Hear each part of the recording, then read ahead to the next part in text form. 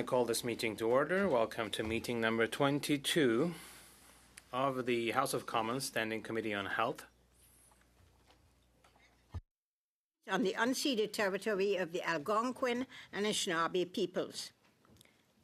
I want to remind participants of the following points. Please wait until I recognize you by name before you speak. For those of us in the room, for the witnesses, for instance, please make sure that you wear your headsets so that you can get interpretation. I know some of you may think you're fluently bilingual or be fluently bilingual. The bottom line is putting on your headsets allows you to actually hear what the other person is saying in terms of volume. So please put on your headsets. They're sitting there next to you. They look like this.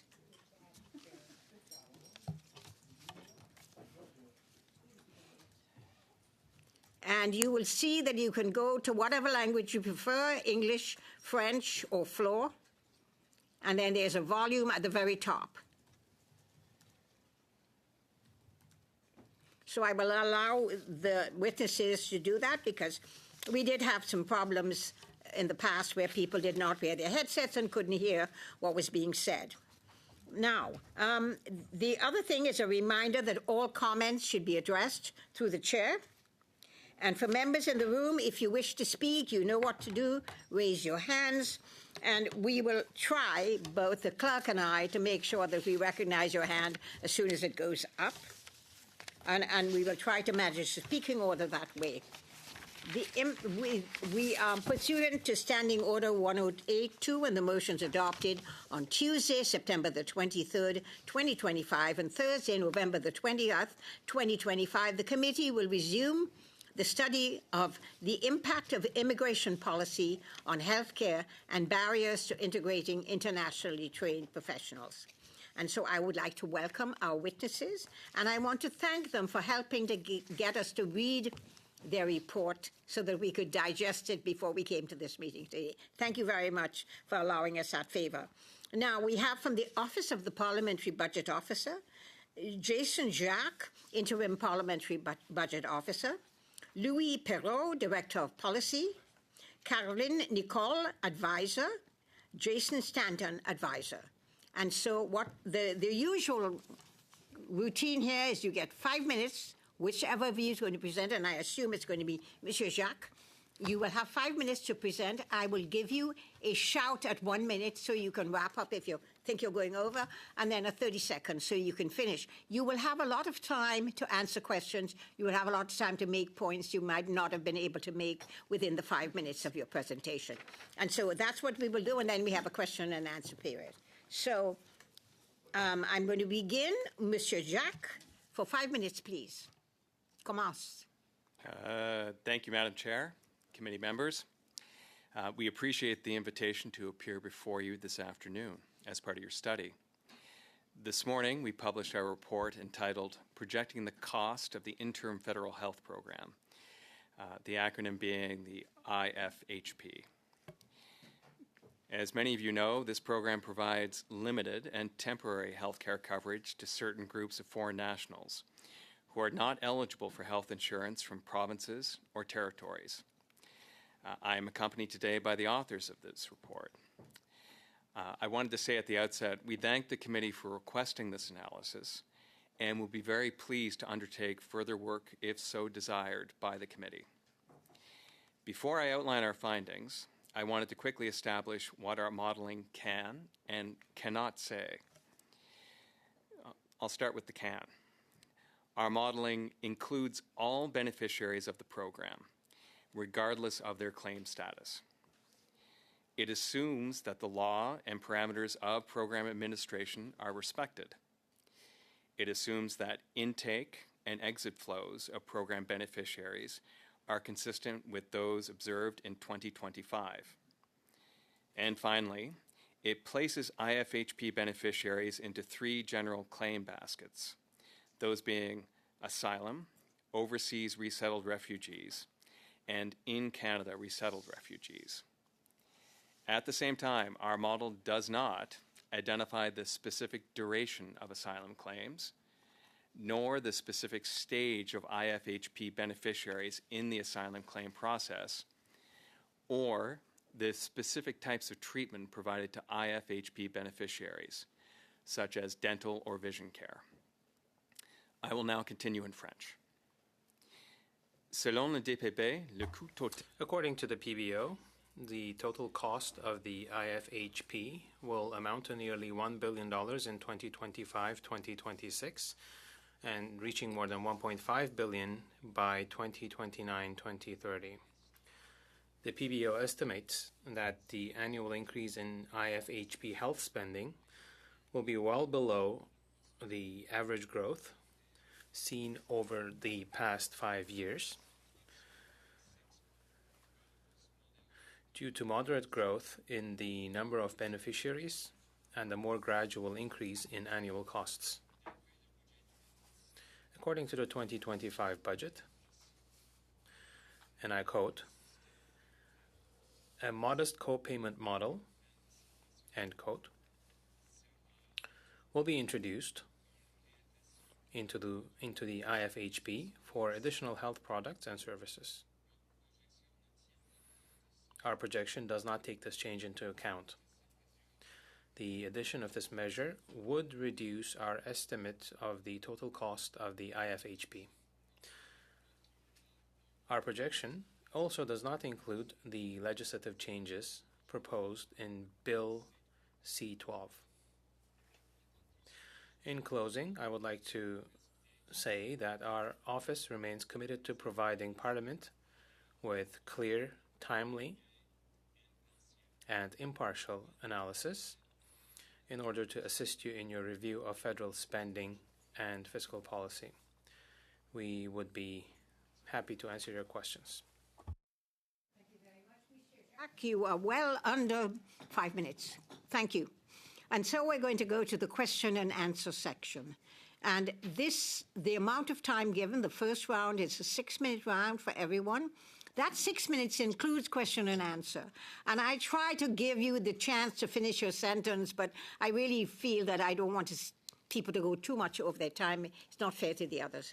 So that's just a warning. So the first round is 6 minutes, and we begin with the Conservatives. Mr. Major, 5 minutes, please. Dan. Thank you, Chair, and thank you very much for coming out here today. I really do appreciate you stepping up and getting this report done very quickly, and thank you.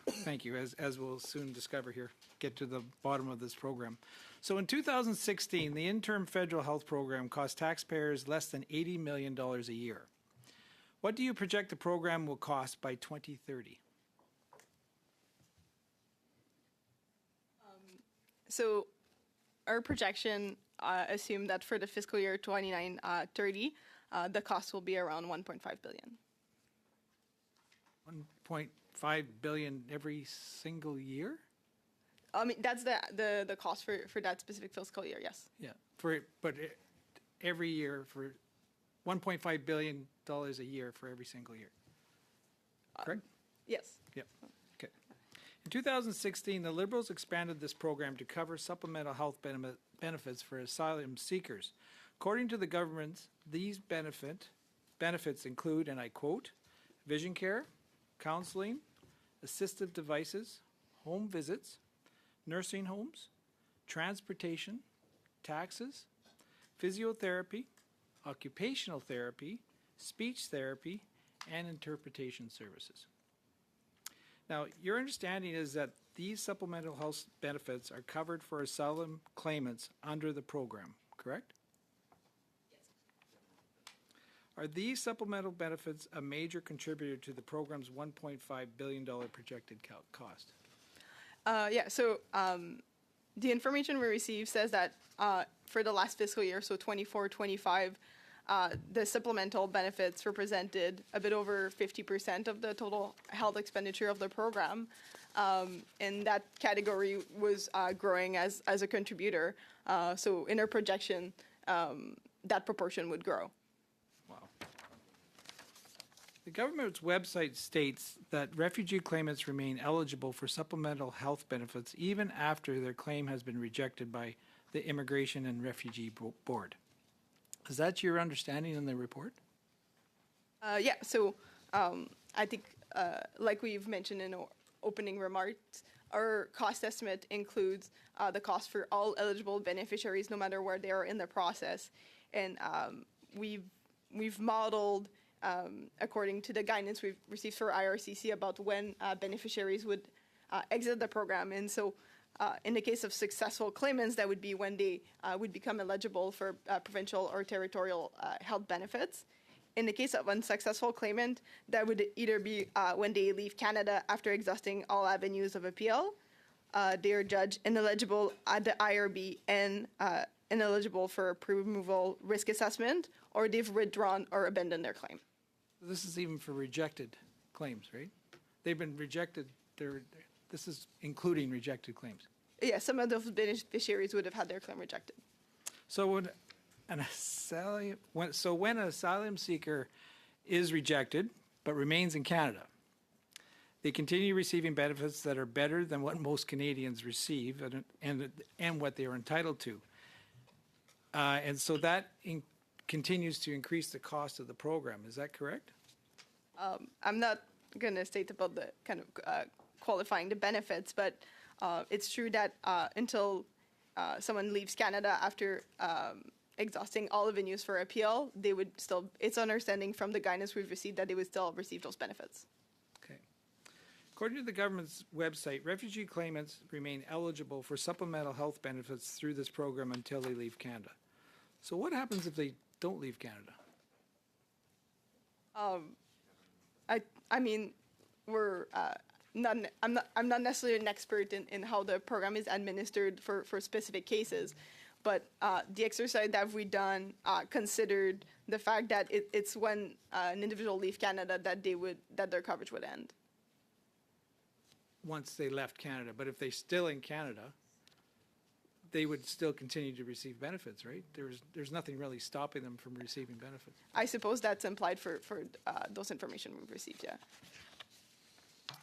Mr. Jakes, CBC reported that Mustafa Eldidi came to Canada as an asylum seeker in 2020, was granted refugee status in 2022, and does not hold Canadian citizenship, and now is facing terrorism charges set for trial in 2026. Would a refugee status holder in that situation remain eligible for supplemental health benefits through this interim federal health program? I believe you would, based upon our understanding of the information provided to us by our IRCC. So we have someone that's he's suspected of terrorism and he's still on this program. Like that is your understanding, right? Like I mean that's what I'm reading. That's like I mean, can you understand why Canadians are really frustrated and mad about this program? Like when you were doing this report, what did you like when you came across these kind of numbers and what was going on here and all these ineligible, bogus type of asylum claims? Like, what was? Do you think this program is totally out of control, or what is your view of the program in general? Well, I think and certainly something that we noted in the report is we do have, it's clear and it's evident that the costs for this program are growing very quickly and growing more quickly than overall federal spending. And I think that's certainly something that's widely recognized, which potentially was the motivation in Budget 2025 for the government to come to the table with proposals around co-payment to potentially address some of the costs or slow the cost growth associated with the program. Thank you. And I'm going to go to for the Liberals, Mr. Elson, for 6 minutes, please. Yeah, thank you, Chair. So thank you all for coming. You actually made a reference to something that I thought was germane to this. We talked about how in Budget 2025 there are these co-payments that are, estimated to save somewhere between $127 to $232 million a year. You said those were not included in your projections? Okay. Why were those not included in the projections? It's based on the your microphone is... Oh, sorry. Oh. That work? So it's based on the timeline and also the information we received, and it fit with the parsimonious approach we use to be able to explain the cost drivers and as well as have a credible forecast. Future. Okay, thank you. Now, you talked about your estimate for 2030, how much this this program is expected to cost per year. Now, there has been in the last year a drop of about 1/3 in the number of asylum seekers. Does this account for that drop, or is this on the existing numbers before that drop? No, so that includes that drop and our ongoing assumption about the intake. So the new entrance into the program, continues that trend and keeps the level we've seen in 2025 constant in terms of inflow. Okay, thank you. Now, would you not think the changes with C12, like with the co-payments, for instance, should not another analysis be done taking that into account, the effect of those co-payments? Yeah, so to definitely to take the impact of co-payments and C12, it's something we could do. We would just need more granular data to attack the problem. And what would you say is the primary driver of this expenditure growth? What's the main reason that this expenditure is growing? Yeah, so we looked at that question in sort of two aspects. So kind of what I would, in a pure economic term, call volume and price. So the growth in beneficiaries and the growth in the cost associated with beneficiaries. And it's coming from both sides. We're seeing that we're expecting a growth in the number of total beneficiaries over the projection horizon as there's a greater number of asylum claimant that would receive coverage from the IFHP. In terms of cost, we also expect there to be growth there, with growth coming closer to what we see on average for expenditure per capita for Canadians, but staying slightly elevated. So you're basing this on future assumptions of future surges in asylum claimants, is that correct? No, we actually assume that the inflow of asylum claimants will remain at the level we've seen this year, like in 2025. It's just that given the constraint of processing capacity, there's an increase in beneficiaries because there's more entry into the program than exit in the program. All right, thank you. Now, there are some. One of the things we deal with in healthcare costs is, the short-term costs, the long-term costs. A lot of diseases that, if not treated earlier, can be treated at a low cost. A lot of disease processes can be treated initially at a low cost. However, if not treated and allowed to become worse, their problems become more complicated, much more expensive to treat. And this particularly, this would be a financial burden on our healthcare system if these people were to then, become full citizens and stay. Has there been any analysis of the potential consequences of removing these upfront costs in treatment versus the long stream costs of more expensive clinical outcomes in the future? So that's not an aspect that's part of this analysis. I think it's an interesting point. In terms of the cost per beneficiaries, we're really looking. We don't necessarily make assumption about the type of care, the type of services rendered. We really just look at historical trend and project from there. 50 seconds. Okay, thank you. Now, I just wanted to clarify. You said that you're assuming that the number of asylum seekers will remain the same? So the number of new claimants. New claimants? Yeah. And does this take into account the changes in the processes that are going to put downward pressure on the number of, as in C12, that are closing loopholes and decreasing the number of potential asylum seekers? No, it does not, but it's an analysis we can do for the committee. I would suggest you do. Thank you. Okay, and I believe that's my time. Thank you. We now go to the Bloc québécois. Monsieur Blanchette-Joncard for 6 minutes, please. Madame la Présidente, je salue les... Thank you very much, Madam Chair. I'd like to welcome our witnesses from the Parliamentary Budget Officer's Office. So first question, when you look at the 2016-17 to 24-25 periods, the number of users of this program in Quebec went from 11,000 roughly to more than 100,000. So the IRB's capacity, did it increase at a rate that is comparable? So I would approach this question on two fronts. On the same time horizon, we saw a significant increase in the capacity in terms of processing these files, but there still remains a gap between incoming demands and those that are taken care of. So if I understand this correctly, the increase has been much higher than the increase in the federal admin capacity. Yes, more people have joined the program rather than exited the program.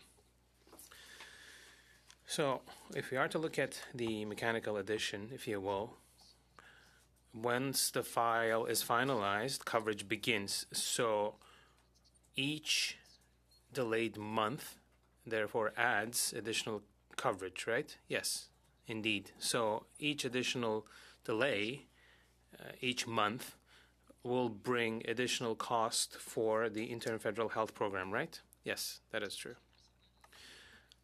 Now, the impact on the volumes, if the intake goes up without proportional increase in file processing capacity, the impact on cost, would it be proportional or would it be more than that? It's an interesting question. We could do additional analysis to come back to you with a more detailed answer, but it is clear that as soon as you have more intake than exit flows, the costs go up, of course. Okay, that answers my question. Now, the skyrocketing expenditure in Quebec, we went from $10 million to more than $200 million. I'm just rounding the numbers, but roughly 3,000% increase in 10 years. So this growth, does it have to do mainly with the number of increasing claimants, but also with the longer periods of treating these files or processing these files? That is one source of the increase, but we've also seen an increase in the cost per user. Do you know if there are other provinces that had similarly catastrophic increases, 3,000% increase in 10 years? I wouldn't be able to tell you at the moment, but we can come back with more information. Yes, thank you. If you can answer that question in writing, please. You also said that the average cost per user has gone up faster than the cost per user in the average Canadian population. So even though the volumes end up stabilizing, then the cost will remain high, right? So that is one source of increase we identified in the past, and we assumed that in our projection that this would continue. So if we sum up, even with constant volume, the budgetary pressure could continue to increase. Yes, indeed. Okay, do you have numbers, data on the budgetary pressures? Well, in our projection, we are looking at about 8% for beneficiaries in Canada. With regard to co-payments, this is something the government is introducing for certain benefits, about 30% for some supplemental health benefits. It would be the co-pay. Did you do an official analysis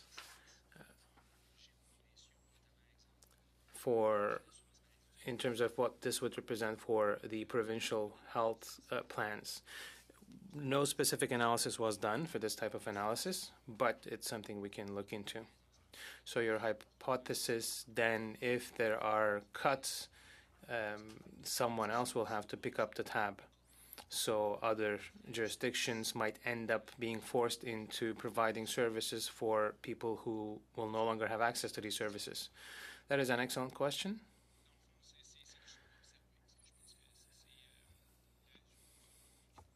I think on May 1st the change will take place, so we can follow up on that. In 2017 and 2024, Quebec received more asylum claims than Ontario, but Quebec received about 28% of the funding of the program, and Ontario received twice as much as the funding. So I'm just trying to understand this imbalance in the partitioning of funds.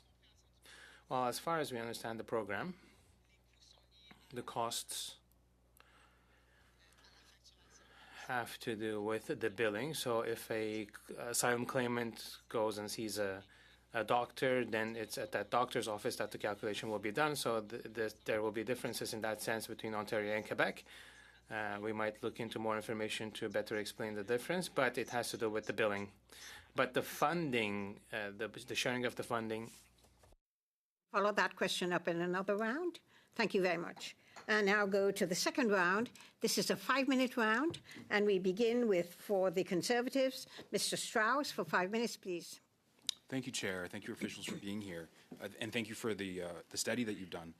My colleague, Mr. Mazier, pointed out that in 2016, the cost of this program was $86 million, and this year, according to your projections, the cost will be $1 billion. So that's more than a 10 times increase in just 10 years. Looking at that myself, I'm new to government, but even in terms of government standards, I would use adjectives like runaway, unsustainable, reckless. What words would you use to describe that sort of cost increase over 10 years based on your experience in government? Oh, I think we've used quite a few words in the report. In the English version, there are about 1,800 words that we've used to explain it. And the French version, there's like close to 2,000 words. But it is something I mentioned at other committees. It is a very challenging fiscal time for the federal government and for Canadians. There's an affordability crisis. And the government, as part of Budget 2025, has a plan to cut $60 billion worth of spending and lay off 40,000 public servants. And as part of Budget 2025, they're also looking at this program as well. So obviously the government potentially shares some of your concerns about the need to slow the growth in spending in this specific area. Thank you. I definitely hope that that is the case. This past December, Global News reported that Canadian Border Services Agency was doing an extortion investigation and found 15 individuals that they were investigating for deportation because they were engaged in the violent crime of extortion. Immediately after that investigation started, 14 of the 15 individuals claimed asylum. An immigration lawyer that Global News interviewed for the story said that the CBSA, that these 14 gentlemen have just bought 4 years of subsidized health care. Is that true to your understanding of the program? Do these 4 individuals who are set to be deported now get 4 years of free health care under this program? Well, while their claims are while anyone has made a claim and while that claim is being adjudicated, they are eligible for the program, to the best of our knowledge. Okay. From the government's website for this program, it says that even after the claim is deemed ineligible, that individuals continue to receive supplemental health coverage that senior citizens in Kitchener do not receive until they leave the country.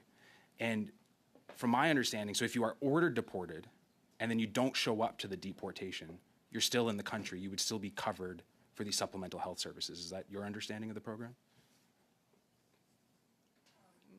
I think, like we've mentioned before, like our assumption for this costing is from the guidance we've received, and the criteria that was highlighted is that the coverage end when an unsuccessful claimant leaves Canada after exhausting all appeals. So even if the government orders you to leave Canada, until you actually physically leave, if you go missing, you would continue to have your insurance covered?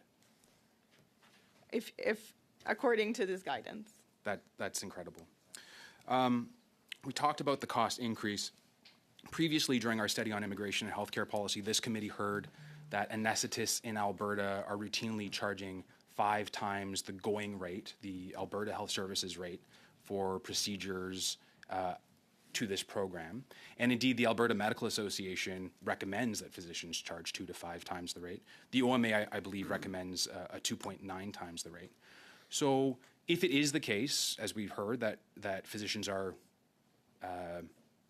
charging more for a service given to somebody covered under this program than to a Canadian senior, would that contribute to the overall costs of the program?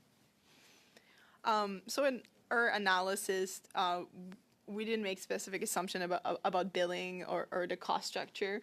We really just looked at the cost per beneficiary, and what I can say about that is we have seen those costs, I think, while remaining like on a nominal level below the Canadian average per capita, growing much significantly faster over history. Okay. Your analysis shows that 30 seconds? Your projections show that the cost will increase another 50% over the next 5 years. My understanding is that is because new claimants enter the system faster than claimants are leaving the system, that is, being deported. So we can project that even further to say if nothing changes, the costs will continue to grow indefinitely. Is that correct, so long as there's that basic imbalance between processing and new incoming? That's correct. And at the same time, if something can't go on infinitely, it will come to an end at some point. We say surgeons say all bleeding stops. Thanks. Thank you very much. And I'm now going to go to Ms. Chi for the Liberals for 5 minutes, please. Thank you to the officials for appearing today. To begin, could you clarify for the committee the fundamental design of the interim federal health program, specifically whether it's intended to provide full health insurance equivalent to provincial coverage, or whether it's structured as a limited and temporary bridge while individuals await a legal determination? Yeah, I believe in my opening remarks, I characterized it more in terms of the latter. So it's in terms of it's supposed to be providing a temporary bridge to individuals while their claims are being adjudicated or while they're being resettled in the country. Thank you. And in the report, it indicates the annual average cost per IFHP beneficiary remains well below average per capita public health expenditure for Canadians of similar age. Can you please confirm whether this is accurate and explain what type of services are included or excluded under the program that account for the lowest cost, the lower cost profile? So, do you want to? It's great. So the number of per capita for Canadian refers to all public health expenditures on a per capita basis. The cost per beneficiaries include both basic health services, which would include doctor visit, hospital visit, etc., but also supplemental health benefits. Okay, thank you. And were you able to, just to confirm, you weren't able to project based on the changes proposed in Budget 2025, correct? And all the changes included in Bill C-12? No, the information provided to us, so in terms of the changes in Budget 2025, the details were only published in late January, so we weren't able to incorporate that in the analysis, and we did not include C-12 because it's still under consideration by the Senate, so it hasn't yet received royal assent. We would be very happy to extend the analysis to incorporate those two elements. Okay, so you didn't have enough time to take a look at the fulsome picture, right? Like the Budget 2025 came out last November with with the high-level details. So it's concerning that it wasn't included in the report because it was already provided in the budget document. So it really didn't give us a clear picture, right? Because a lot of the assumptions that were made in the report didn't account for the changes. So the projection number, I would say everybody to take it with a grain of salt. Oh, I would actually, sorry, I think that might have been a question. I would disagree with you. So again, I would go back to what I said about 45 seconds previously, that the actual details around the co-payment information were only released by the government in January. Production was well underway by then, and given the timelines for actually furnishing the committee with our analysis, there wasn't sufficient time to incorporate it. No, I take your point. That's fair. Rather That's than, fair, yeah. Rather than the November date that you cited. Yeah, that's totally fair, and I appreciate it. The report suggests the recent growth in overall program costs has been driven by both increased intake and extended determination timeline. And from a fiscal perspective, how significant is the duration of eligibility as a driver of total program expenditure? So our modeling very much focus on the number of beneficiaries, and it doesn't directly model duration, but essentially because the length of coverage for an asylum claimant beneficiaries is a direct function of how long their determination process is, the longer the determination process, the higher the costs, the healthcare costs associated with that beneficiary. And Chair, how much time do I have left? You have 1 minute and 15 seconds. If intake level exceed a processing capacity at the Immigration and Refugee Board, would it be fair to say that individual remain in the program longer than originally intended, that this dynamic alone increases the total cost, and even if per person spending remains modest? That's correct. Correct, okay. And so, in other words, right, is the more prudent policy question not whether, temporary bridge coverage should exist, but how to align intake processing capacity and system design so that temporary programs do not become prolonged programs? We don't. So the mandate of the Parliamentary Budget Officer, interim or otherwise, is not to opine upon policy. We only crunch numbers. Okay, that's a fair policy is done by 30 members seconds? around this table. Okay, I think that's my time. Thank you. Good, okay, Yeah. thank you. And then I'm going to go now to Ms. Blanchette-Jonca for 6 minutes, please. Merci, Madame la Présidente. Thank you, Madam Chair. I will continue with my line of questioning. With regards to the share of asylum claimants that Quebec receives, and we were comparing that with Ontario, Quebec receives more compared to its demographic weight than Ontario. But when I look at the distribution of the funding, Quebec receives a lot of asylum claimants. But when you look at the share of the funding for Ontario, Ontario receives twice what Quebec receives in funding for the program. So I'm just trying to understand if you have any information that explains the gap. Compared to other programs, well, you were referring to the cost per province in the program, right? Well, in that case, the costs are associated with the demand, with the billing. So if the costs are higher in Ontario, then the hypothesis would be that the total billing per asylum claimant in Ontario will be higher than in Quebec. Because in the data, Ontario went above this threshold only in 2024. Well, I don't really have data on billing specifics, but that would be my hypothesis.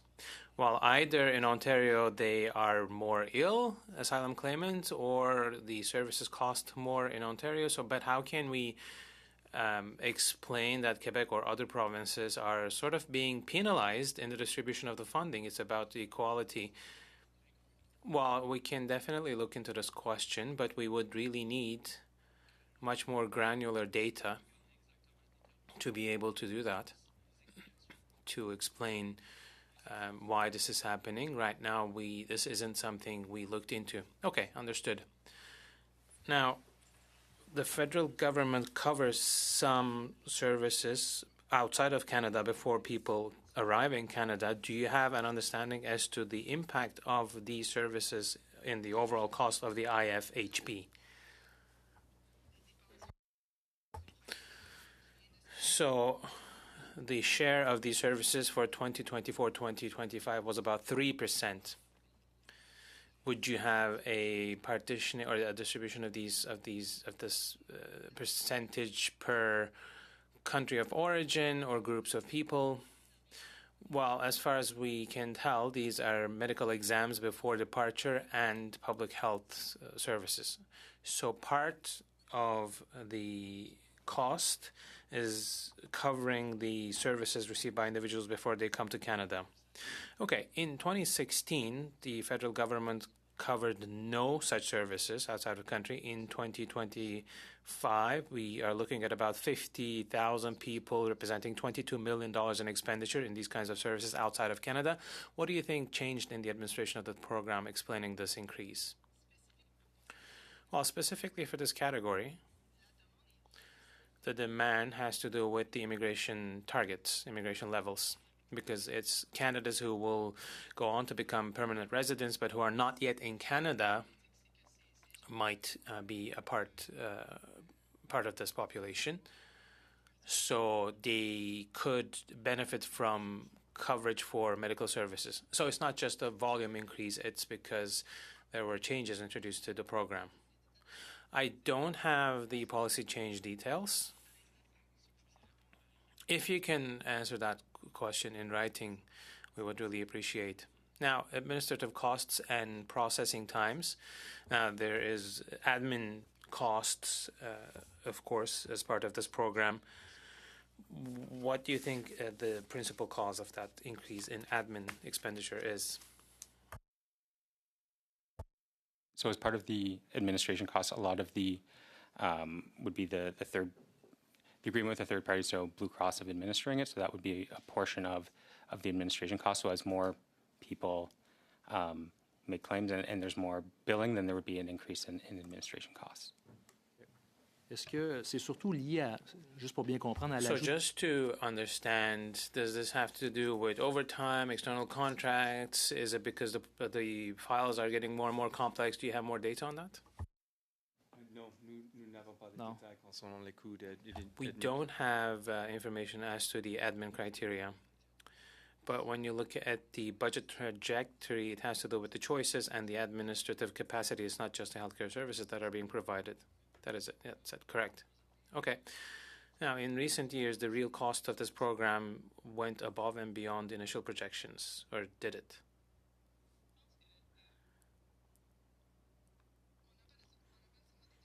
We don't have specific data about projections made in the past. This was not something that was available to us, but what we can say is that additional funding for this program could be found in different budget documents. Il y a, dans le budget du... In budget 23, 24, and 25, there were sums set aside for the program. It was temporary for that immediate year and the following year. That was the scope, and this was like a top-up to meet increasing costs. I now go to, thank you, Mr. Blanchard-Jonca. I go to Mr. Bailey for the Conservatives. 5 minutes, please, Mr. Bailey. Thank you, Madam Chair. First of all, I want to thank each of you for your work on this document. It really has clarified some of the questions I have, and I'm going to have just a few brief questions. And the first one is, Canadians are lacking over 6 million family doctors. It's growing. The committee got testimony from healthcare professionals indicating that billing for asylum seekers under the interim federal health program can be up to 5 times higher than for Canadians. Mr. Stanton, you indicated that Blue Cross is in charge of the billing. Is that, did I hear you correctly? Or are they just administering the program and the physicians are billing directly to the federal government? It would be the latter, that they would be administering it. That's what I had thought, but I wanted to clarify it. This points to the Liberal government's lack of oversight and accountability, potentially incentivizing abuse, providing bill-inflated amounts, and prioritizing IFHP patients, while claimants could stall their own process to extend their stay and eligibility. As a result, bogus asylum claims could receive superior health care through the supplementary coverage like physiotherapy, home care, counseling, and many other health services that tax-paying Canadians and seniors don't even receive. In your analysis, did you observe any accountability or oversight measures to ensure that bogus asylum claimants would not be abusing this program? So as a key part of the analysis, and I believe I mentioned in the opening remarks, is we are observing, as part of the historical data, total spending and total billing on the program. We didn't go through the details regarding whether any of that might be ineligible or not, or might be overbilled or not. And we also assume that the program is being administered in a manner consistent with the intention consistent with its intended purpose. In April 2025, it was reported that a Mexican national with alleged cartel ties crossed into Canada through an unofficial port of entry, then claimed refugee. A decade earlier, this individual told an undercover BC RCMP officer that he had worked as a hitman for hire. At one point, he was also arrested for possession of a controlled substance.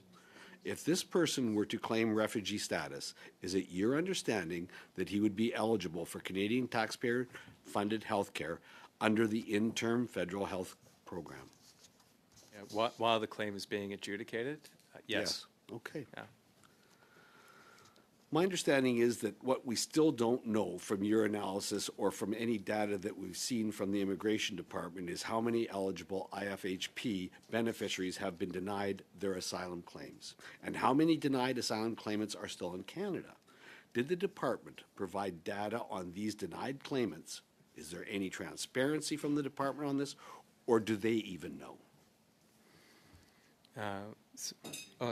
Jay, did you want to?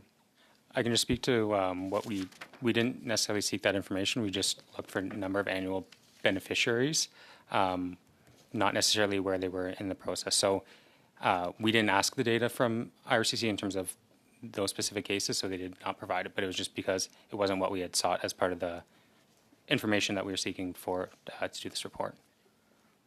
In the analysis, you stated that since 2016-17, the cost per in-Canada beneficiary has increased at a significant pace. What is the relative medical cost increase for an asylum seeker IFHP beneficiary as compared to the healthcare cost increases for the average Canadian? So over the last 5 years, the per capita amount, health expenditure for core age Canadian grew by an annual average of 5%. And the average cost per for in Canada beneficiaries for IFHP grew at 14% annually. Thank you. Thank you, Chair. That's good. Thank you very much, Mr. Bailey. I go to Ms. Jasek for the Liberals for 5 minutes, please. Helena. Thank you very much, Madam Chair, and thank you to the officials for being here. Now, I'm relatively new to this committee, and I'm not really familiar with the background of requesting the officials to be here today. But what has struck me is that what we're being presented with does not in any way reflect what was in the 2025 budget in terms of cost constraints, and particularly as it relates to the supplementary benefits and co-payments and so on. So this is clearly a very initial or a study based on data that preceded those changes that our new government has made. And I think you have said that, Monsieur Jacques. Could you confirm that this does simply not include some of the changes that our government is proposing to make? That's correct. That formed part of my opening statement. Right. So having said that, I presume we're here to dig a little bit into the data that you used, excluding, obviously, as we've said, the new provisions. MP Strauss, as an example, gave you some information that he has apparently that billing is not consistent necessarily in anesthesiology, in accordance with the Alberta Medical Association billing code. Like, were you aware that there could be issues that patients in Alberta billed a certain amount or they are insured for that amount, and that the federal government was paying in excess of that type of standard billing? So again, in the, I believe in my opening statement, I indicated that the program, we assumed that the program was being administered in the manner that the government intended. In terms of the billing records, we did not request, nor did we go into the billing records. And in cases of potential malfeasance, that's more of an issue that is under the purview of the Auditor General of Canada. Would you be able to look into that as an example? If you, I mean, now you've heard about it, you might want to inform the government of your findings. Sure. Again, with a motion from the committee, we'd be happy to undertake additional work and additional analysis. Okay, that I think this would be very helpful, because what we have in front of us was based on old data, and obviously we're here to potentially make some recommendations. Now, when it comes to supplemental coverage, is there any particular aspect of that coverage? Is it physio? Is it drugs? Is there any area that particularly stands out as being different from a coverage perhaps in the general population? I presume you compare in some way. For this analysis, we didn't request a very granular breakdown of the supplementary spending, so we haven't done any analysis. So you don't know if I No. see. I see. Yes, well, it really is quite preliminary, isn't it? Okay. There has also been an assertion that coverage would extend for 4 years. I presume this is an average for all beneficiaries. Is that correct? So in the case, I think, Madam Chair, we would assume that if someone has been charged criminally, as was potentially described by a member opposite, that removal from this country might be considerably shorter than 4 years. I suppose that's not an area of your expertise, but No, we don't have. That's a 1 minute. question better put to CBSA officials. So that 4 years was what was that based on then? 4 years of coverage. So in the information we got from IRCC, we asked for average duration of coverage, and for the fiscal year 24-25, they indicated that the average coverage duration is 4 years. For all claimants? For asylum claimants, beneficiaries. I see. Okay. In your analysis, is there any... Do you look at inflationary costs or something? Because you projected through to 2029, 2030. Did you consider rate of inflation in any of these costings? Yeah, absolutely. That's definitely something we looked at when, deciding how to project that forward. So our projection includes, inflationary pressure, usage pressure, and also adds to that sort of the additional trends we've been seeing in the cost increases historically. Thank you. Thank you very much, Ms. Jacek. I now go to a third round with the Conservatives, Mr. Conans, Helena, for 5 minutes, please. Thank you, Chair, and thank you all for this report, which seems to be, up to this point, I think everyone around this table would agree, is only the tip of the iceberg. But it's some amazing stats for sure. The federal government's interim federal health program, which you're projecting will cost $1.5 million annually by 2030 and cost $211 million in 2020, offers taxpayers funded coverage for a wide range of healthcare services to asylum seekers and refugee claimants. So as soon as someone makes an asylum or refugee claim, they enter the process and become eligible for health services. Is that correct? That's what you base your data on. That's our understanding. I know the residents in my riding want Canada to assist real refugees, obviously fleeing persecution from abroad, but they also see in a situation where, for example, in British Columbia, where 2 non-Canadians were charged with extortion-related shootings, are now trying to claim refugee status from India.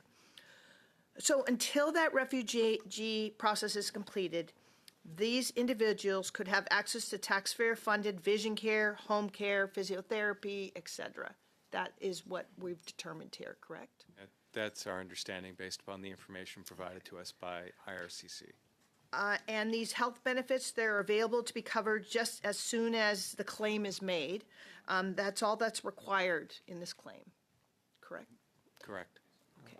So it looks like we have an idea of how many people are seeking asylum and refugee claimants.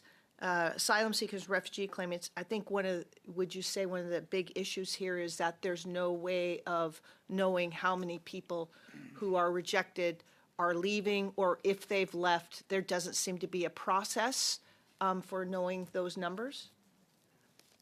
I would say there seems to be a lot of interest around the table with respect to where people are in the process and moving from averages down to more granular data to actually identify specific cases for individuals. And that's work we would be very happy to undertake with the motion from the committee and to go into some additional details, including looking at the impacts of the co-payment information and C12. So these services that the asylum seekers, refugees, claimants are seeking, there are a lot of the services there's a lot of seniors in my riding that don't have that right now. So we know that the rise in asylum cases are coming from failed economic streams, not warfare or persecution. So I want to know, how long will the claimants I mentioned who are charged with crimes have access to this type of specialized health care? How long did the IRCC say is the processing time at present for these asylum claims? We didn't go into the specific, so the information and the analysis we did is again based upon the averages. So the groups, the specific subgroups that you identify who may have engaged in criminality, we didn't identify those specific individuals, or we can't tease them out based upon the information that we have. I'm going to cede the rest of my time to Mr. Mazur. Thank you. Mr. Mazur, you have 1 minute and 29 seconds. Thank you. With that, Chair, I'd like to move the following motion. That the committee requests the Parliamentary Budget Officer provide the committee with an updated report on the interim federal health program within 3 months. Of that, the report include the further in-depth analysis of the following. A, the fiscal impact of changes announced in 2025 to the interim federal health program, including the co-payment policy and any related measures. B, a detailed breakdown of supplemental health benefits by category, province, utilization, and contribution to overall program growth, including utilization rates. C, cost implications across different asylum claim pathways and outcomes, broken down by province. D, the financial sensitivity of the program to changes in the IRB processing times. E, the relationship between intake levels, backlogs, and projected IFHP expenditures. F, risks that could materially impact long-term program costs beyond current projections. G, analysis on the distribution of IFHP usage and costs across provinces, highlighting impact of the program on specific hospitals and regions. H, an analysis of changes in the average cost per beneficiary and its contribution to overall growth of the program. And I, an analysis of alternative scenarios taking into account variations in intake volumes and processing times. J, any other elements deemed relevant by the Parliamentary Budget Officer to ensure a comprehensive analysis of factors influencing the program's fiscal trajectory. And that upon the completion of this report, that the Parliamentary Budget Officer, officials from Health Canada, and officials from Immigration, Refugees, and Citizenship Canada be invited to testify separately before the committee on the subject of the report.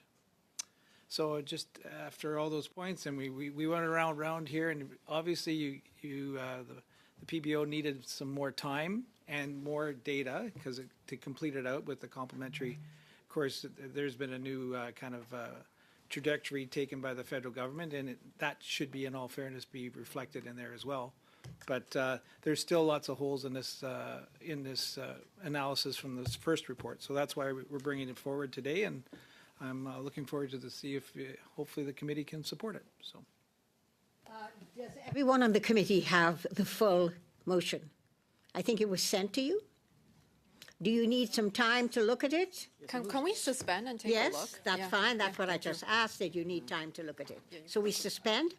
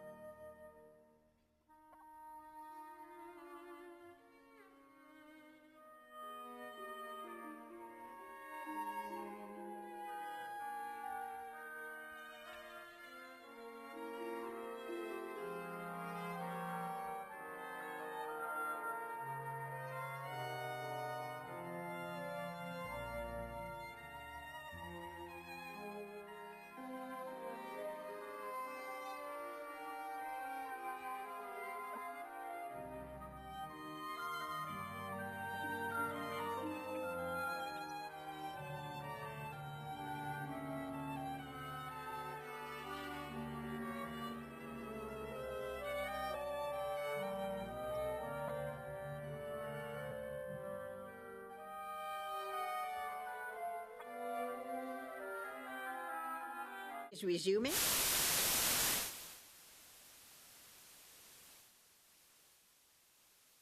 When the motion to bring the Auditor General was first proposed by the Conservatives, I said that some of it may not pertain to health, may just be for the Immigration Committee. And I was promised that this would only stick to health. This new motion today tends to wander slightly off that path, and I am wondering if it is appropriate for this committee to continue to study this particular motion, or should we send it on to Citizenship and Immigration? So I would like to hear the committee discuss that, because I'm not saying, I'm asking whether you feel this is sticking to the concept of health, or whether you believe that this has moved on to a further extension that does not belong to this mandate of this committee. So I'm looking for hands up. Yes, Ms. Chi. Thank you, Chair. I think you really hit the nail right on the head there. We've been studying this particular subject since the beginning of this session, since last year, and we really spend a lot of time talking about the subject. If I remember correctly, was it 8 or 9 meetings already? And I do want to, first of all, thank the officials for coming in a clutch, and I do appreciate that you guys produce a report on such a short notice. Yes, so you guys probably know 9 meetings we've spent on Health Committee talking about immigration impact, which I agree is an important issue. That's why we included it in Budget 2025 about reducing the levels to really take a lot of action and approaches to normalize the levels that matches the demand and the needs, including the rural community. I think some of the members made a point there as well. So what I would like to say is, report doesn't have a lot of information that the committee is looking for, and through the line of questionings that we've heard here, it was very evident, right? The projection was based on numbers that didn't include the new measures in Budget 2025,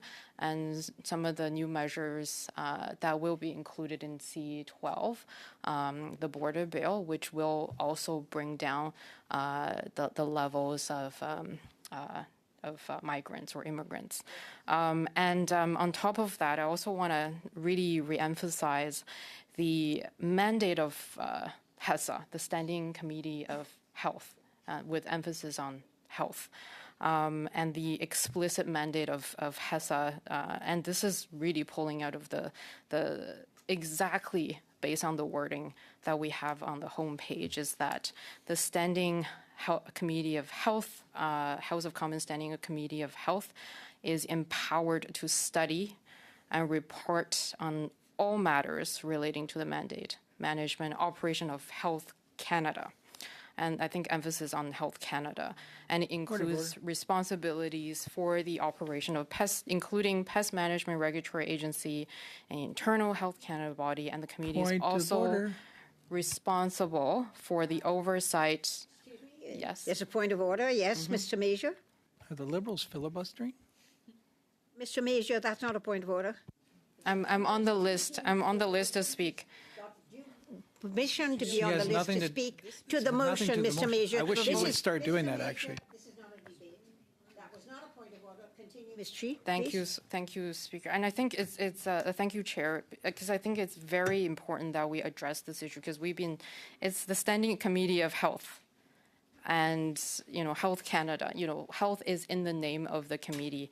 And when we talk about, calling officials, having a topic on the table, are we utilizing the talents here? We have 3 physicians here. We have 3 physicians on committee. That could really bring a lot of benefits. Studying topics and subjects in the committee and subjects relating to health. Sorry. No, I said order. Oh, thank you so much. And committee is also responsible for the oversight of 4 agencies that report to Parliament through the Minister of Health. And, these agencies are very important to the health of Canadians, which fits the mandate of the committee. This includes Canadian Institute of Health Research, CIHR. They were here last week, and they were excellent in answering some of the questions that we had regarding health and healthcare researches, which I'm personally very excited about because through S5, the Connected Care for Canadians, it will really enable a lot of great researches, great technology that will really improve care and the outcome of care. And the next board is the Patented Medicine Prices Review Board, very pertinent as well, PRB, Canadian Food Inspection Agency, CFIA, and Chair, if I could call order because I'm speaking in. Yeah. Please, I request, because I can't hear myself anymore. The heckling cannot continue, please. Yeah, this is not the House of Commons. A member is speaking of the committee. Please allow her to speak and pay respects to her speaking. We will do the same for you when you have your speaking time comes. Go ahead, Ms. Chi. Thank you so much, Chair. Because it's a lot of now I'm a little disoriented because there is a lot of noise. I'm used to heckling in the House of Commons, but not really in the committee room because it's so small. So if we can all respect each other's speaking turn, I respect when people table a motion, but I would like the same respect. Yes, Mr. Major, you. How is this relevant to the motion? I think the question is whether this motion should be accepted by this committee as part of its mandate or whether it should be sent on to another committee. That's not what she was saying, point Chair. that Ms. Chi is talking about. No, I'm sorry, Mr. Major. She is speaking to that particular issue. You're filibustering. And we are, Mr. Major, that is not up to you to make a decision. The member is trying to make a point. She has the place to speak. She is speaking. And in fact, I'm going to have to say, I just want to put to the committee, as we continue this discussion, and I have a list of 1, 2, 3, 4, 5. The chair is not filibustering. I'm trying to explain to the committee, Ms. Jasek, Ms. Conan, so we can make a decision here. Because you have to know that the committee started at 4:05. It meant that in 2 hours we should finish at 6:05. I'm looking at the clock as a chair, and I'm saying, with the number of people I have to speak on this motion, and adding the 23 minutes of suspension, it means that we should be going to 6:28 for this committee. I need to ask the clerk if we have resources, if the interpreters and everyone is able to stay here until 6:28 before we continue any further. So can you tell us, clerk, if this is possible? Yes, go ahead. I have to send an email. Okay. Is asking, we can continue with the debate in the interim, but if we're going to go to 6:28, she will have to tell us if the resources can be here until 6:28. So in the meantime, Ms. Chi? Thank you, Chair. I just need to recollect my thoughts a little bit. That was a long interruption, but I appreciate standing up for the rights of committee members when we're speaking to a motion. I believe it's absolutely within the right of committee members whenever there's a motion on the table. We're parliamentarians, right? We need time to review. We need time to assess. We also need time to think about the ramification of motions and things that are put on the table. Point of order. Chair, I really appreciate your Chair, help. this is not relevant to the motion. This is a $1.5 billion cover-up. This is not relevant to the motion. This is not a political issue. She This is is a very speaking to political the issue. Please, I expect some order. Point of I order, am suggesting that Ms. $1.5 billion Chi, cover-up. This is a Miss- filibuster because they don't want to continue Ms. this Conan, study. you do not have the floor. This is not a point of order. I'm sorry. The member is speaking to whether this motion should be continued by this committee or it should be moved to another committee. That's very relevant. So we're not going to go to a vote? Why can't we go to a vote? We're debating a motion, Ms. Conan. When there's a motion on the table, the debate has to continue until the last speaker has been given the opportunity to debate. I'm sorry, those are the rules. And so Ms. Chi still has the floor. I'm sorry. I will not entertain this question as a point of order. Go ahead. Thank you, Chair. I really appreciate it because I've been interrupted about 3 or 4 times now, and I think I've you been weren't very talking about it. respectful of all members here, giving them space and time to ask their questions and to speak up. And, as a fellow member, I think I deserve the same level of respect. So I really would appreciate no more, frivolous point of orders, because I think, as a member, I really want to be respected. $1.5 billion worth of and point of orders. This is there's no heckling, Mr. Major, you're out of order. This is not a debate. A member is speaking. You may not agree with her, but you will have time, because you're on the list, to disagree with her. Go ahead, Ms. Chi. Yeah, well, thank you, Chair. Yes, absolutely. This is why I respect our democracy so much, is because we have healthy Point of debates. order. And, Get back to the motion, please. I am getting back, Mr. Mazier. To the point of the mandate of the Standing Health of Committee, the last agency I want to mention is the Public Health Agency of Canada, PHAC. These agencies are absolutely essential in protecting the health and safety of. Point of order, that wasn't in the motion. Canadians. PHAC was not mentioned. Mr. Major, that is not a point of order. A member can speak to the motion, and she's making points that she thinks are relevant. I think they're relevant. And sorry, I will make a decision on whether the member can continue speaking or not. She's not out of order. I'm sorry. Go ahead, Ms. Chi. Thank you, Chair. So, coming back to the mandate of the Standing Committee, which speaks to why I think the motion really doesn't fall within the mandate. And then I will read the mandate of the Standing Committee on Health. It also includes reviewing and reporting on matters referred to it by orders of reference from the House of Commons relating to Health Canada and its associated agencies, such as health-related bills. Our budgetary estimates of Health Canada and its associate agencies, which we did last time with the minister and officials. It was a very great meeting just to learn more about what the government is doing. Was it a good motion too? And Chair, I think the heckling is enough. You're out of order, Mr. Major. Yeah, the heckling is enough. I'm not talking about the motion. The cost Mr. implications. Major, 1.5. Mr. Major, you're out of order. This is not This a is debate. our health system. I'm sorry, Ms. How embarrassing is Ms. this? Conant, this is not a debate. Through the chair, please. This is not a debate. I'm sorry, Ms. Chi. Yeah, should thank be you a so debate. much. Like Not across the the floor. conservatives It goes through the chair, if I are may so send you this. disorganized they cannot even heckle in unison. So I'll give them the space for now. But let me come back to the Standing Committee on Health. It may also study matters the committee itself choose to examine. It holds public meetings, consider evidence from witness, which has been very helpful. Right? We've spent 9 meetings, Madam Chair, 9 meetings in total on this subject. And, we have a lot of important studies on the agenda still that hasn't been considered.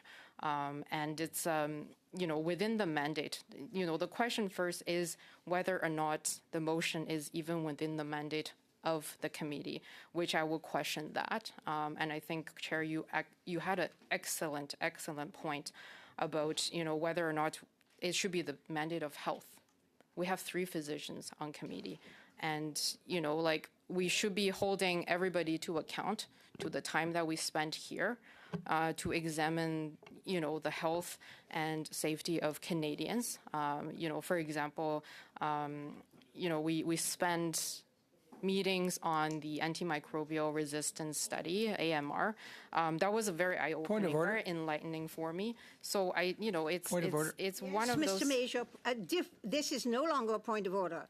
Unless I'm going to listen to you because I don't know what you're going to ask, so I will rule on it once you ask it. But do not bring up the same points you've been bringing up. They were not points of order. Thank you. Go ahead, Thank Mr. you, Chair. Major. And I guess a point of clarification. As Chair, you have a duty to decide whether what Ms. Chi's going on about is actually relevant to the motion. And if I have not heard anything about points through talking about fiscal impact, I have not heard anything about a detailed breakdown. I have heard nothing about cost implications of $1.5 billion to this program. I have not even heard the name of the program, Chair. So what I'm asking for is clarification that when we're talking about the motions in front of us is actually what Is Ms. Cheese, I would like a decision on that. Well, I actually put this earlier on before the debate began. I suggested that when this motion to ask for the parliamentary budget officer to appear was brought forward, I said, let us be careful that it remains within the realm of health. And I was promised this by you, Mr. Major, that it would. I am now looking at this expanded motion that you've brought today, and some of it does not belong within the realm of health. So this is what is being debated. Is this motion belonging in the realm of health or not? That is what Ms. Chi is speaking to. And she's suggesting, if I listen to her, that she thinks some of it does not belong in the realm of health. But before I go any further, Ms. Chi, I will come back to you in a minute. I am waiting to hear whether the resources can go. Not only the resources in this room can go until 6:28, but whether we need to say to our witnesses that they should be able to leave, because can they stay any longer than 5 minutes after 6? So we have a lot of other people's time to consider here. So shall I dismiss the witnesses?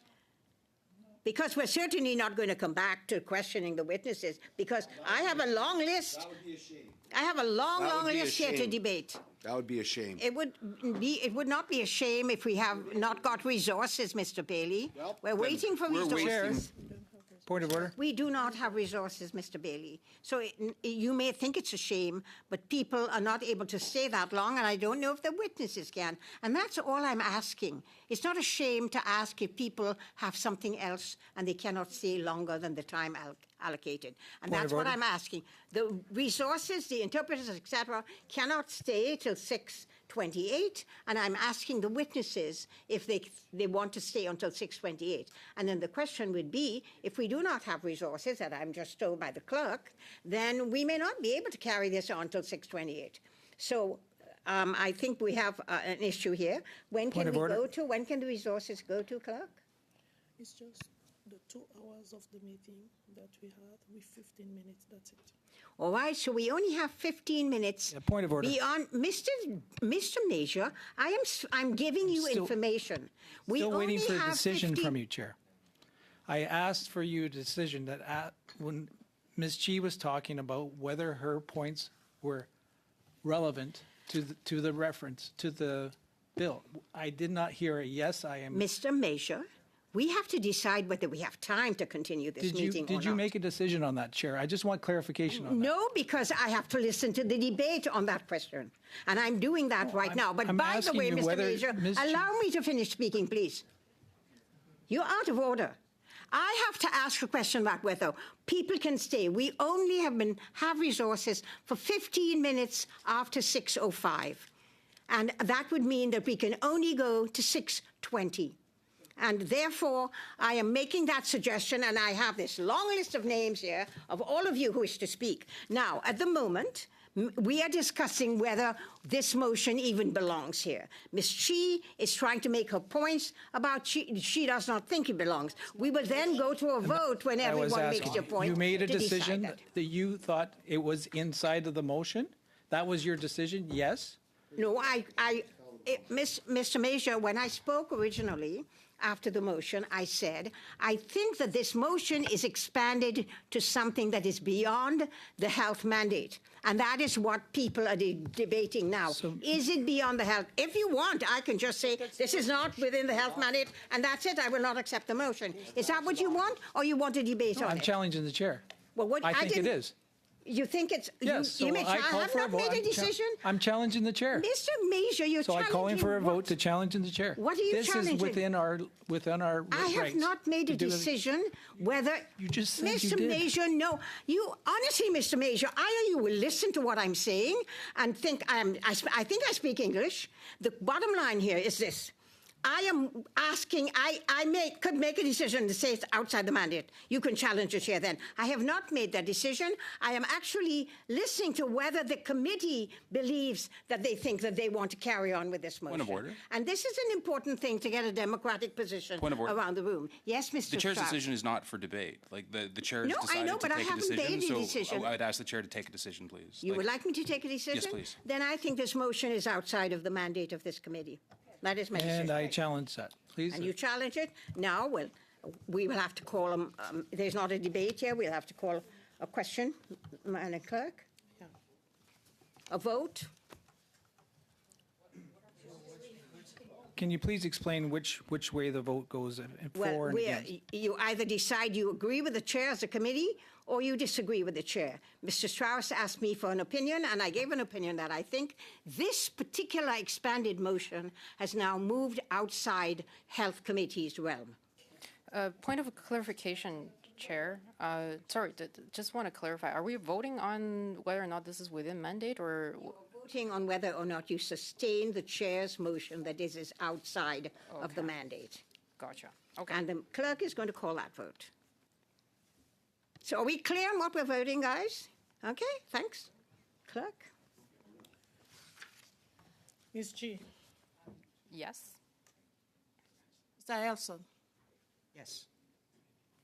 Ms. Jacek. Yes. Ms. Sidhu. Yes. Mr. Bailey. Ms. Gonans. No. No. Oh, I'm sorry. No. I didn't hear you call my name. Mr. Mazier. No. Mr. Strauss. No. Mr. Blanchet-Jonca. Non. So the chair's position is not sustained by the committee, and therefore we will have to continue. Ms. Cheese got the floor still. Thank you so much. What? Yes. We are now debating whether the committee wishes to discuss this motion. And Chair. no, we did not. Madam Chair. No, you disagreed with my motion that it does not belong. So obviously it belongs. So obviously we're discussing the motion. Okay. I'm sorry, we're discussing the motion. It does belong. You've said it belonged. Point of clarification. Can I clarify? If you all speak while I'm speaking, obviously you're not listening to what I'm saying. The chair said that this motion did not belong. The committee voted against the chair's decision. So now the motion is being debated, and I have a list of people to speak to the motion, no longer to whether it belongs or not, but to the motion itself. So, Ms. Jacek. No, Ms. Chi, you finished your time because we're discussing something different now. We're actually discussing the motion. Ms. Jacek. Well, thank you so much, Madam Chair. As I expressed when we were questioning the witnesses, I was certainly feeling that we needed a lot more information in terms of the way forward, given as was said by Monsieur Jacques, that they had not had time to include Budget 2025. They had not had an opportunity to look at co-payments for supplementary benefits. And certainly, in terms of the motion itself, we can see that some of those points are reflected, that there's a desire for more information. I guess I have a feeling that as it relates to the 3 months, I think was in the motion, that perhaps a new report would be available within 3 months, that this might not be sufficient time. I believe that part of the new types of conditions that are being proposed would not have actually come into force, so that as just something as an observation, I'm wondering if that 3 months is in any way doable or appropriate or whatever. I do have to say that as I'm new to this committee, I was astonished to find that we were engaged in this particular exercise today. There has been some discussion as to the relevance to this particular committee, and notwithstanding what has just happened with the vote, I would simply reiterate that, I consider myself, as I say, I just started in December, someone who has literally been astonished that we're considering this. The Department of Health is obligated to pay these funds based on IRCC policy. So the relevance for our continuing discussion at this particular committee when apparently we have many committees studying immigration as an issue itself. I would have thought that it might be far more appropriate for this particular investigation to go forward to another committee. And there are some of these suggestions that I think deserve some conversation and further discussion before we were to actually vote on this particular motion. And I see Ms. Chi apparently also wants to intervene. She's at the list down here. Oh, we have okay. to follow the list. I'm sorry. Okay. So finish your point, Ms. Jacek. Have you finished? Yes, well, so quite honestly, we have, as I've seen it, a list of studies that, again, have been approved that I feel would be extremely interesting. When I started here, we were talking about antimicrobial resistance, very appropriate for the Health Committee to study. And I know I'm looking forward particularly to the pharmaceutical sovereignty report. I met recently with the Canadian Federation of Manufacturers and Exporters. I would have thought that that was of great interest to everybody. So having something so extraneous to the actual business of this committee strikes me as something that is really quite unfortunate, notwithstanding that the actual content of the motion seems to want to delve a lot deeper and quite possibly would be of great interest, I think, to many members of Parliament in other committees. Quite honestly, Madam Chair, I really feel very strongly that, as we have just already said, that this is not part of what we should be looking at all. Yes, so in essence, I'm speaking against the motion I go to Ms. in this Conant? committee. Thank you. Yes.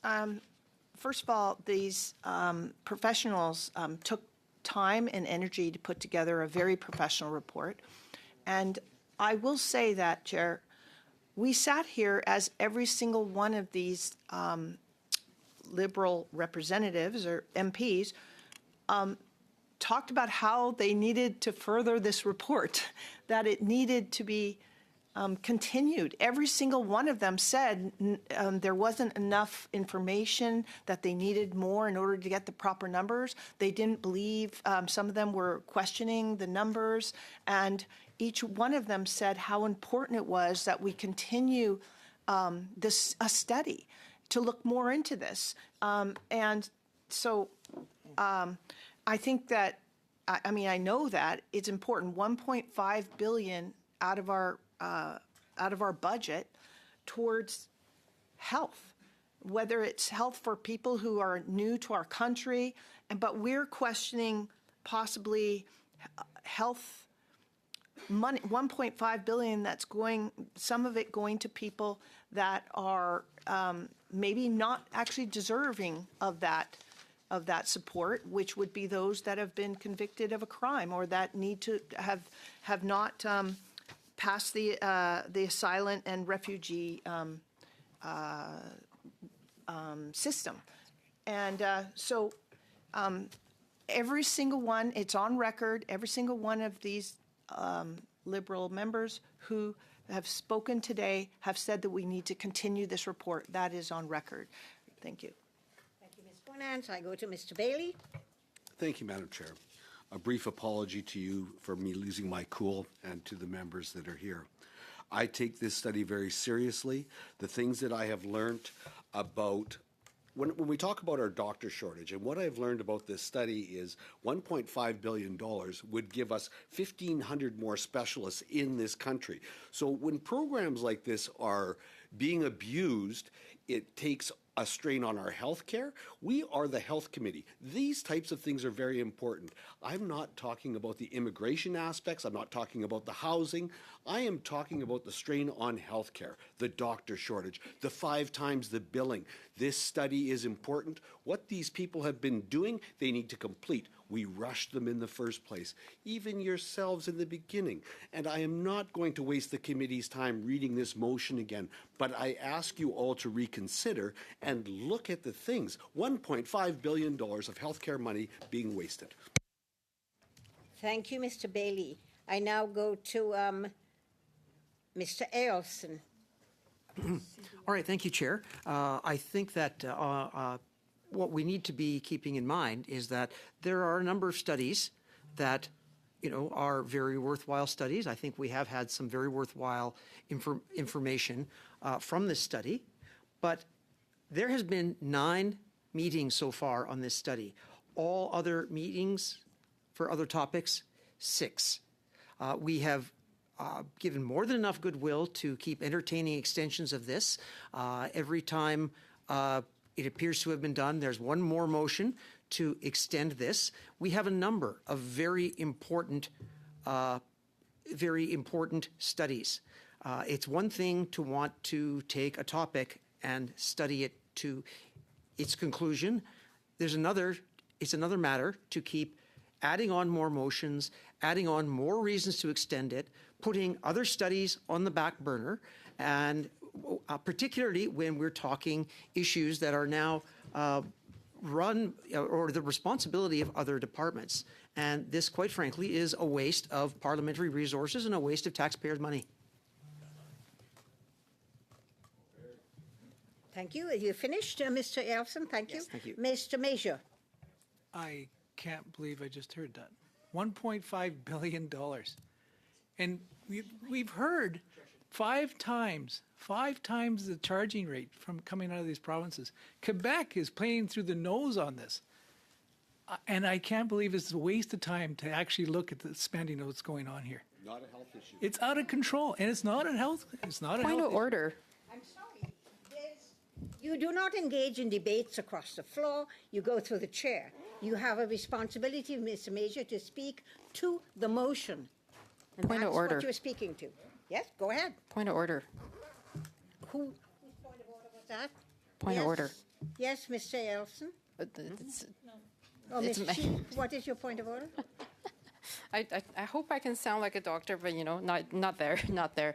A point of order is with regards to Mr. Mazier's characterization of my colleague's comment here. That's not what he said at all, and I think it's irresponsible to characterize my colleague's comments like that because it's not. Yeah. And I would like to ask this committee, please, when a person is speaking on the floor, can you refrain from speaking over them? Allow them to finish. You can disagree with them. When you have your turn, you can say what you want. But you had your turn, Mr. Major. So Ms. Chi is now commenting. Ms. Chi, that is not a point of order. I'm so sorry. Let us move on. So Mr. Major, continue. Thank you, Chair. And I guess this is not continuing on with the study. This is asking the PBO to actually do a report on $1.5 billion boondoggle cover-up of the interim federal health program. This is what this is about. And I do not know why the Liberals are so objected to this. They spent the first hour saying we need more details. My gosh, you Point of order. Included everything. Point of order.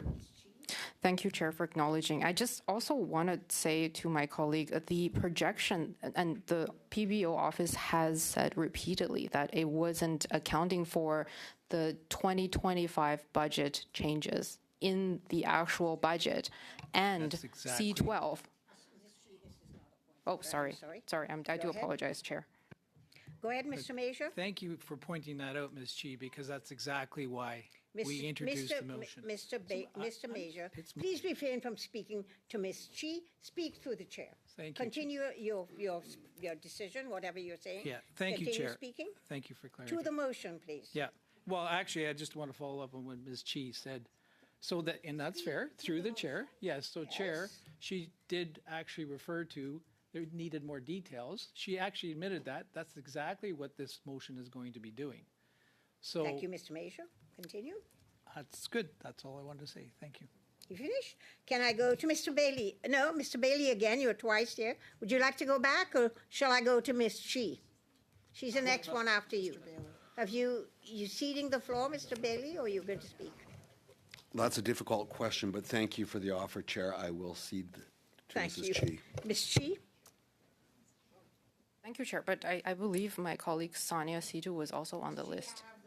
Oh, you have the list. Oh, okay. I think You are- Sonia also wanted to be Ms. Chi, added. Well, you allow me to call the names in order on my Gotcha. list? You are next. Sounds Thank good. you. Yeah, thank you, Chair. And I do apologize for misusing point of orders because I do feel very strongly when yeah. I will decide on a point Oh, of thank order, you, make thank you. them, and I'll tell you if they're ready. Okay, If they're sounds points of good. order or not. Thank you. Yep. Just speak, we're Thank you. speaking on the motion on the table. Thank you for the guidance. So just to the motion itself, the committee requests the Parliamentary Budget Officer provide committee with an updated report on the interim federal health program within 3 months, and that report include further in-depth analysis of the following: the fiscal impact of the changes announced in 2025 to the interim federal health program, including the co-payment policy and any related measures. Detailed breakdown of supplemental health benefits by category, province, utilization, Point of and order. contribution to overall program growth, including Point of order. utilization rates, cost implications across different asylum claim Point of order, I'm pathways. sorry. This is repetition. It's Mr. repeating the Major, I facts. decide It's repeating the facts. a debate, a person is allowed to say what they wish as long as they stick to the topic. Ms. Chi is not out of order. She's speaking to the motion. In fact, she's Reading your the motion. I'm if I may literally reading the motion. So I'm just going to start from the top here. A, the fiscal impact of the changes announced in 2025 to the interim federal health program, including the co-payment policy and any related measures.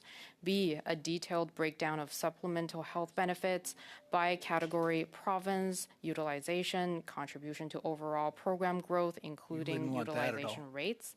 C, cost implications across different asylum claim pathways and outcomes broken down by province. Holy. D, the financial sensitivity of the program to changes in IRB processing times. E, the relationship between intake levels, backlogs, and projected IFHP Backlogs? Don't wanna touch expenditures. backlog. F, risks that could materially impact long-term program costs beyond current projections. G, an analysis on the distribution of IFHP usage and costs across provinces, highlighting impact of the program on specific hospitals and regions. H, an analysis of changes in the average cost per beneficiary and its contribution to the overall growth of the program. And I, an analysis of alternative scenarios taking into account variations in intake volumes and processing times. And J, any other elements deemed relevant by the Parliamentary Budget Officer to ensure a comprehensive analysis of the factors influencing the program's fiscal trajectory. And Chair, I need to reiterate that, I really agree with my colleagues' assessment and their point about, is this the appropriate committee to study this motion? We really spent a long time, countless witnesses. We have a lot of testimonies studying, the impact of immigration on healthcare. And to be frank, there is a lot. I agree. The report, even like in the highlights of the report, right? And I do empathize with the office of the PBO that they didn't have sufficient or enough time to analyze the report, and which I do remind the committee that it was a conservative motion to call the office of the PBO in such a short timeline that they couldn't take into account of the changes, which does make it some of the numbers really is not representative, and some of the projections that's not representative. Excuse me, sorry, I'm speaking here, Mr. Major. Do you have a point of order, or do you want to interrupt me? I'm the chair. I will decide. Mr. Yeah. Major, can you refrain from Because heckling? it's actually Ms. really, Chi to it's, speak? yeah, I give you the Ms. time Chi, of day, and I continue with your expect the speaking. same thing. Ms. So Can you? in the estimates here, in the first page of the highlights in the report, it literally says, Budget 2025 indicated that a modest co-payment model will be introduced to the interim federal health program for supplemental health products or services.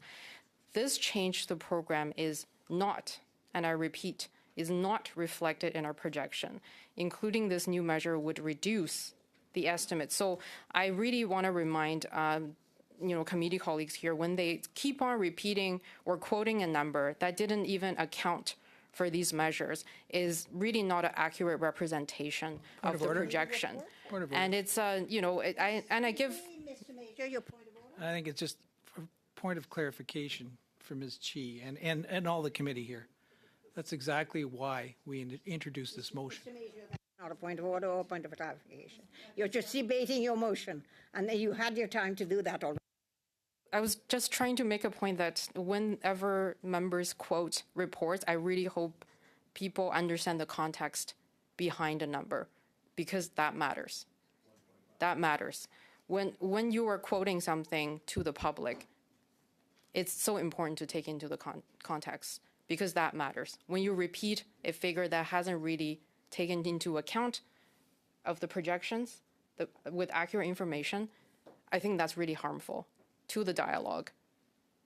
And this is why I really want to emphasize what the PBO, and I think that's a really responsible thing that you guys did on the first page, to account for the missing of some of the components and context in the report. So I thank you for highlighting that. But I just do want to remind folks about quoting a number that really didn't have the most accurate projection. And that's to no fault of anybody, because we called you in too early.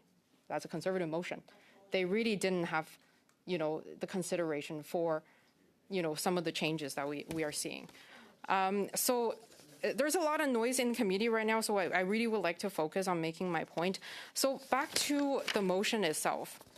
When you look at some of the pieces here, the relationship between intake levels, backlogs, and projected IFHP expenditures, I'm speaking to the motion. This is actually in the motion. It's line E. This is an IRCC issue. This is an immigration issue. They have the numbers. They have the expertise.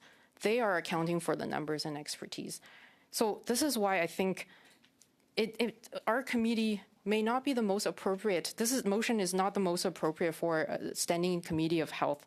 And I would really encourage folks to think about that when we are looking at studies and motions.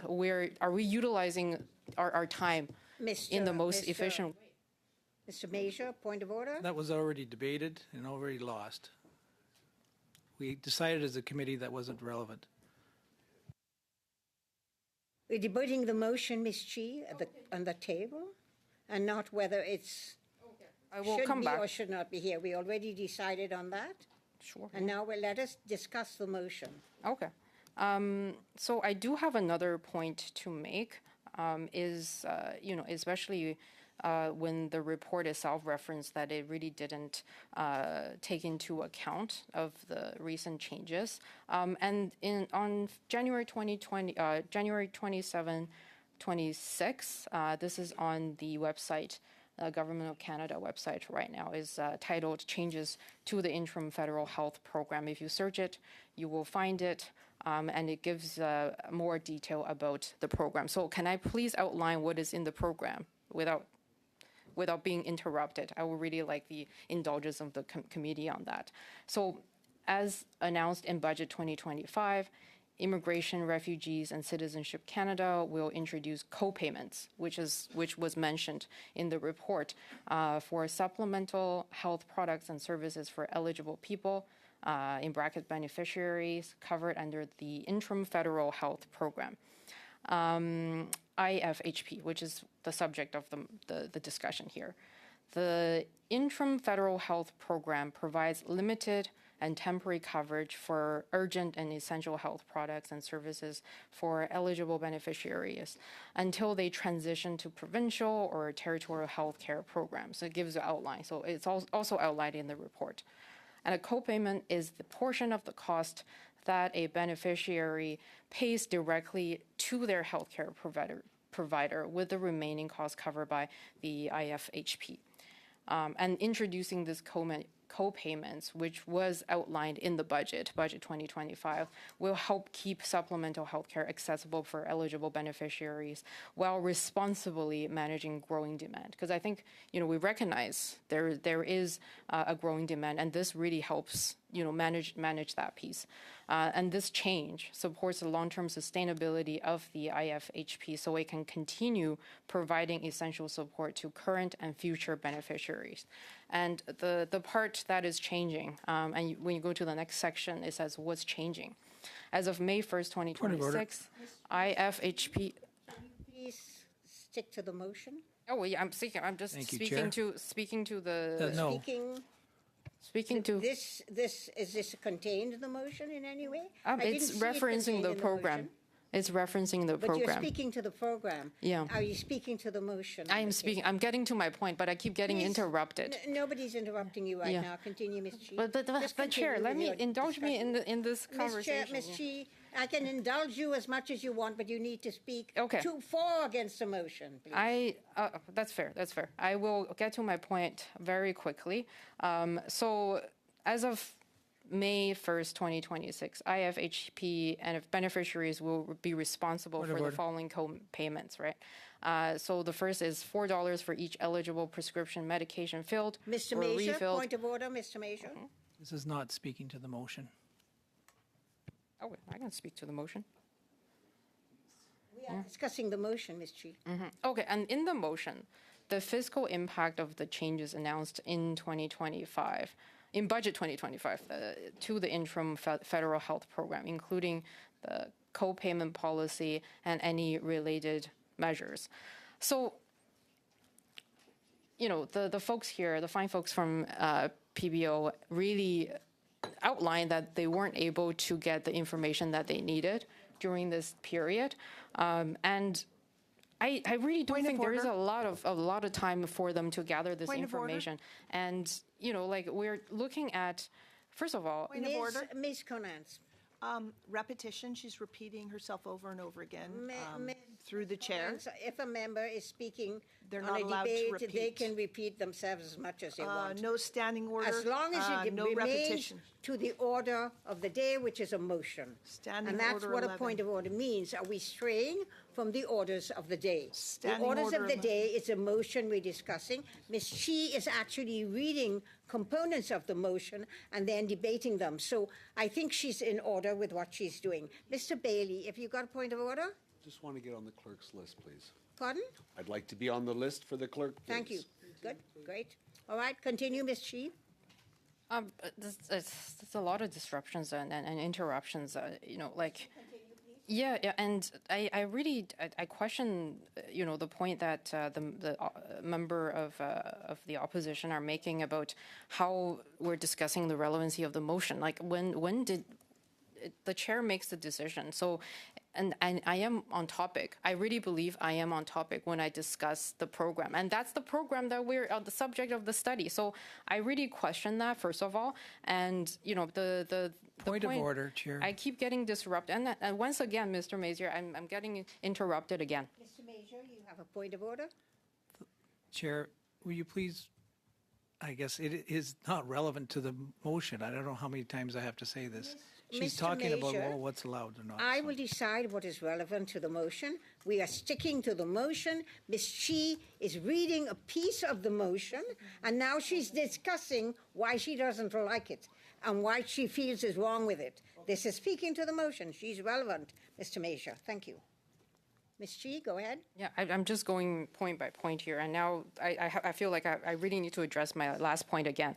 So, to the point that was discussed in the actual motion, the fiscal impact of changes announced in 2025 to the interim federal health program, including the co-payment policy and any related measures, right? So I was halfway through going through the actual changes to the program, as the parliamentary budget officer and the fine folks here have highlighted. The changes are coming in. And there are changes that will bring the cost down. But, I still question about whether or not it's appropriate for this committee to study and not another committee like OGO or I. Yeah, I'm just speaking to the point. I'm speaking to the point. We are not debating whether this is I'm not appropriate debating anymore. that, but I'm just opining. Yeah, no, I'm still going. I feel really my time is taken away by a lot of these Ms. Chi, interruptions. to the motion? I will. For or against I it, will. please? I Thank will. you. So point A, I think is, I'm not supporting that. Is that clear that I'm speaking to the motion? Yes, you are. Yeah, okay. Because this is why I think I don't support it. So point A is this is a program, and this is a program administered by IRCC. Immigration oversees the level of asylum seekers and refugee claimants, and the numbers they are the ones that controls the numbers, right? They're the ones who are administering the program. So I think a health committee, again, opining on this point is not the most appropriate committee to study this, because we have a mandate to study things that are health related, right? We did that for AMR. We did that. We studied the impact for immigration or foreign credentialing. We had a lot of great testimonies on that, and that's relevant to this committee. But I feel like point A, again, I feel it's more appropriate to be studied either at Immigration Committee or OGO. So that's point A. And to that point, we're making changes through Budget 2025. So, there will be, a decrease of cost. The level projection will change as well. Bless you. Detailed breakdown of supplemental health benefits by category, province, utilization contribution to overall program growth, including utilization rate. I think this is it's a good point. Again, study it at another committee, because these data, these information, I think, provided by IRCC would be really well studied at a different committee. Health impacted, not impacted. I think when the driver is the number of claimants and the number of refugees, I think at Immigration or OGO will really give that deeper analysis on this point. And C, the cost implications across different asylum claim pathways and outcomes broken down by provinces. And to the point of the different asylum claim pathways, that's immigration, right? IRCC, that's all information coming from them. So are we the most appropriate committee to study that? This is a subject of a lot of people's interest, but I think, again, more appropriately to be studied somewhere else so that we can really do the deeper dive on the program, which, we all have an interest. But again, the mandate of the committee, I feel like may not be the most appropriate setting. And I find a lot of members agree that this could be, our resources could be better used. We have various upcoming studies that I really believe can be beneficial to Canadians. I believe the committee's about to run out of resources. Could we just suspend until the next meeting? The committee will run out of resources at 6:28. So I'm keeping my eye on the clock, Mr. Strauss. I will adjourn at 6:28. Regardless of who is speaking. I have the speaking turn. Sorry, Chair. You have to adjourn at 6:28. Chair, I have the speaking turn, right? Yeah. I find a lot of these out of order, suspending without suspending. I will decide on what's out of order. I know, but I'm just I feel speak to the motion. Yeah, please, not really well respected around here. So it's I think when it's my speaking order, I really appreciate not being cut off by things like suspending of the meeting, because I have the speaking turn. Please respect the order of the speakers. But you should know that I will adjourn this meeting exactly at 6:28. I just need you to know that. Yeah, but I'm just making a point. Good. Yeah, no, appreciate Go ahead. it. Make your point. Madam Chair. Okay, so where was I? So point C, asylum claim pathways. This is not administered by Health Canada, right? This is immigration. This is IRCC. Is this, again, right? This is a program. Is it better appropriately studied at immigration or OGO? Take your pick, right? I think those are more appropriately positioned to study this. Okay, so the next point, point number D, the financial sensitivity to the program, 2 changes in IRB processing time. Again, that's not the mandate of Health Canada. This is an IRCC program. So for the committee to continue to study programs and things that are administered by immigration, is this appropriate use of committee's time when we have other studies lined up? Relationship, I think, did I mention this one? Relationship between intake level, backlogs, and projected IFHP expenditures, intake level, backlogs, that's processing. And in the report itself, I do want to bring it back because I didn't, this is what I noticed, right? Because I think PBO noticed that the processing time was part of the reason of some of the costs. And it even said here, projecting the number of annual beneficiaries receiving the IFHP benefits is highly dependent on estimating both the annual inflow and outflow of beneficiaries receiving the IFHP, and their annual projection for inflows of beneficiaries consistent with the Government of Canada's immigration level PBO's demographic projection using our economic model. However, the annual intake of asylum claimant and refugees is difficult to forecast and can be affected. And there is another point about the processing time. Right here. The number of beneficiaries exiting the program depends on the processing capacity of several organizations. Point of order. Yeah, most notably. Please, Chair. I'd just like to bring the Chair's attention to that. It's my understanding we do not have the committee's consent to adjourn, so I hope that we'll suspend at 6:28 rather than adjourn, because I don't understand there to be committee consent for adjournment. You may make that motion if you want, but I'm going to be adjourning because we have no resources left. Thank you, Chair. I move to suspend presently until the next meeting. You move to suspend this meeting? Yes. Right now? Yes. Well, that motion is on the table, and it's therefore not debatable. So, do we all agree to suspend?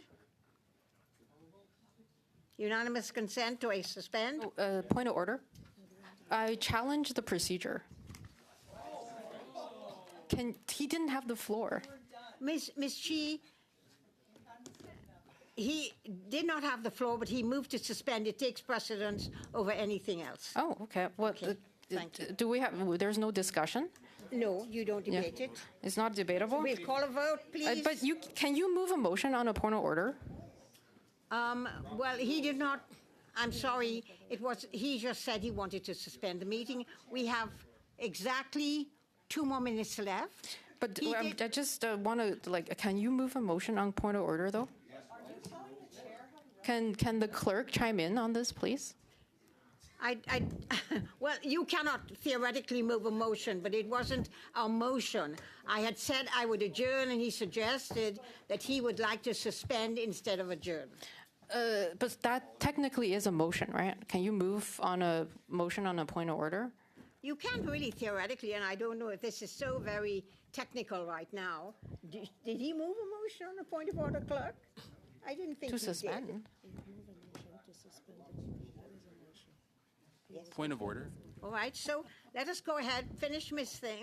Chi, and I'm just telling you all that I will adjourn on Point of order. Point of order, Chair. Point of order, Chair. You cannot move a motion on the point of order, Mr. Strauss. You just. I understand that, Chair, but you recognized me. You told me that if I wanted to move a motion, to go ahead and move a motion, so that you recognized me. I had the floor when you recognized me. I'm sorry. I was wrong. You should not have moved them. I should not have allowed you to move a motion. But it happened. So I challenge the chair. I had the challenge floor. the chair. No, you cannot move a motion on a please. point of order. Chair, I'm point of sorry. order. I challenge you. Challenge you on that decision. That he cannot move a motion on a point of order? No, he had the floor.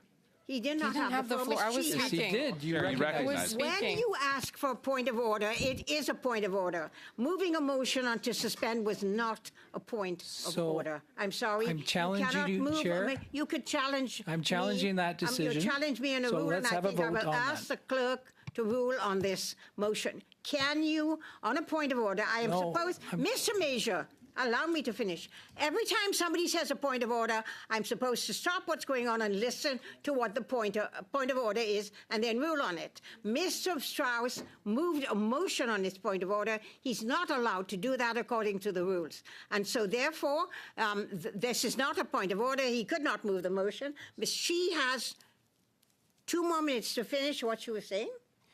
Thank you, Chair, and I move to adjourn the meeting. Thank you. Well, okay, then we have a movement to adjourn, and we do not No. debate that either. But she has a right to say she wishes to adjourn because she had the floor. Just like Mr. Strauss on the. No, he didn't have the floor. He asked So we're for gonna a have a point of vote. order. He did not make a point of order. I'm sorry. Pardon? We vote on the motion. We will vote on the motion to adjourn. It's not debatable, though. There's a motion to adjourn. Clerk? Ms. Chi? Yes. Mr. Efson? Yes. Ms. Jaczek? Yes. Ms. Sidhu? Yes. Mr. Bailey? No. Ms. Conans? No. Mr. Messier? No. Mr. Strauss? No. Monsieur Blanchet-Jonca? Non.